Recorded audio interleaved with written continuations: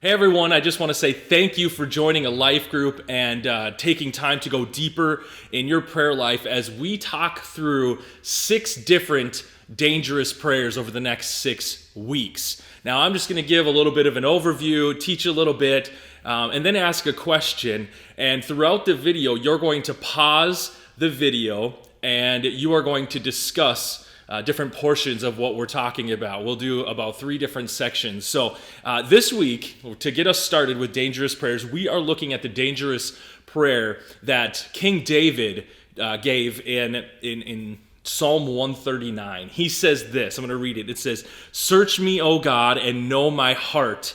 Test me and know my anxious thoughts. Point out anything in me that offends you, and lead me along the path of everlasting life." Now, David is a king of a powerful nation, one of the most powerful nations in the world at this time, and he answers to no one. He is the man of this time, and he very easily could be arrogant and hard-hearted because of his position of power, but instead he prays this humble, dangerous prayer. He prays, "Search me, God, search me."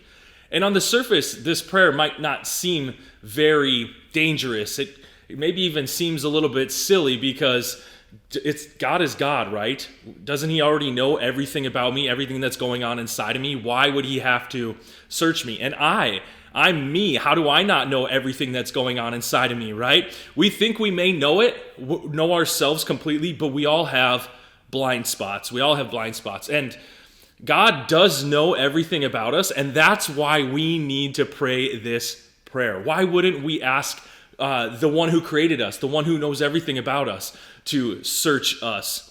Many times we pray for things for ourselves or the ones we love, but what if instead of asking God to do something for you, what if you ask for God to reveal something in you? That's what this prayer is all about, but that sounds a bit scary, doesn't it? In a moment, I'm going to have you pause the video and we're going to talk about why you think it's scary to ask God to search you. For me, it seems like such a slow process. Like, God search me, and then I have to wait, and then I have to listen, and letting him search me and listening for all this, it takes a long time. And I feel like I don't have time for that. I like to just get things done. Why can't he do his job of searching me on his own time and then tell me, maybe just shoot me a quick text message that doesn't interrupt my day, right? So what are some things that hold people back from praying this prayer, "Search me, God"? Talk about that in your small group.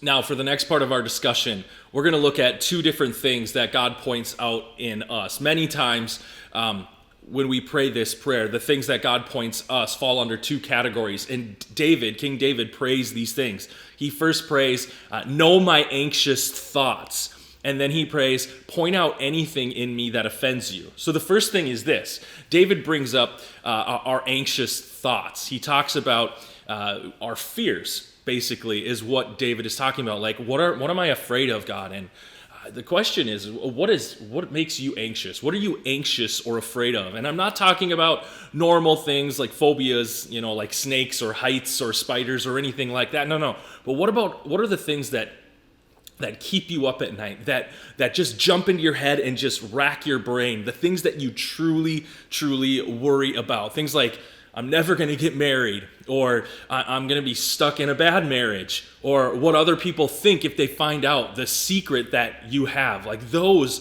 are the fears that I'm talking about, those deep-rooted fears. And the reason we need God to search us in the area of our fears is because usually the things that we fear the most are the things that we have the least faith in God for. These are the areas of our life that we don't trust God in. And if you trusted God with them, you wouldn't be so anxious about it, right? Well, that's the first thing. The second thing David brings up is this idea that anything that offends you, God, also known as sin. And this is tricky because we are really good at rationalizing things or explaining things away, right? But ask yourself, what do you get defensive about? When someone brings something up about you or what you believe, what do you kind of explain away? Or you say, that's not a problem. I'm doing this because, or no, there's nothing wrong with that.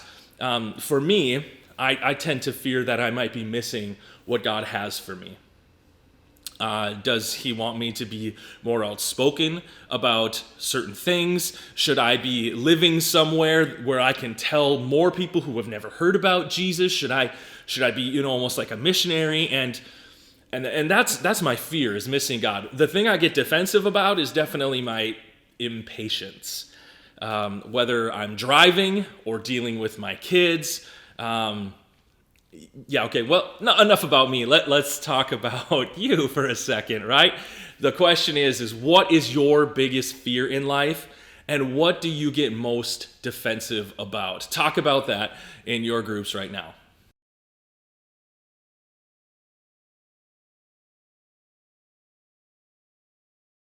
All right, the third thing that we're going to discuss as a group has to do with David's last part of his prayer. David prays, lead me along the path of everlasting life. Once you pray, search me, the only practical way to answer that is lead me. Like, search me and then lead me. Meaning this, after you let God search you and search your heart, he's going to point out fears. He's going to point out sins. We need him to lead us to overcome those things, right? Imagine this. Imagine if God said, Corey, I see your fear of missing my will, and I know your impatience, that sin that you have with your impatience. And then I was like, oh, thanks for the heads up, God, appreciate it, but I don't do anything about it. That would be ridiculous. That would be silly, right? And in fact, it would be disobedient. So, what are the next steps? I know the steps I have to take to move toward God in these areas. I need to pray more so I can hear his voice more, so I don't have to be afraid of missing his will, so that I know that I'm in that will. And I know that I need to ask God to give me supernatural patience, because I don't have what it takes to be patient on my own. I need him to change me and ask him to send me things that are going to test me. And then when that happens, I need to be obedient and be able to follow him and pray in those situations. Okay, God, this is hard, but please help me be patient. What does it look like for you to start moving toward God in the areas that he points out? What are some specific things? Talk about those things in your discussion right now.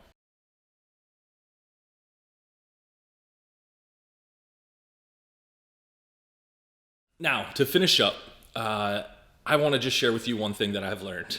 One thing that I've learned is this about myself. I have blind spots. I know that there are areas in my life that I'm not lining up with God, but I just don't know what those areas are all the time. Otherwise, they wouldn't be blind spots, right? So here's my challenge for you this week. We all have blind spots. What I want you to do is I want you to pray, search me. Pray that dangerous prayer each and every day this week. Do it. Don't forget to do it. Really do it. Every single day, pray. Search me. Don't chicken out. I know this is scary, but pray and ask God to search your heart. And then make sure when you take time to pray, also take at least 5 minutes to just sit and listen, so that he has an opportunity to actually share with you what he has found in you or what he has searched out in you. I know this is a dangerous prayer, and it's kind of scary. It definitely is a smack in the face when you start hearing things that you're not so good at. But it is amazing it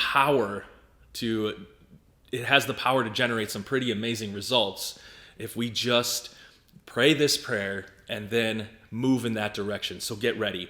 Now, before you leave, make sure that you take some time to pray together in your group, because this is a group about dangerous prayers, right? It's about prayer. So make sure you take time to pray together, and I will see you next week.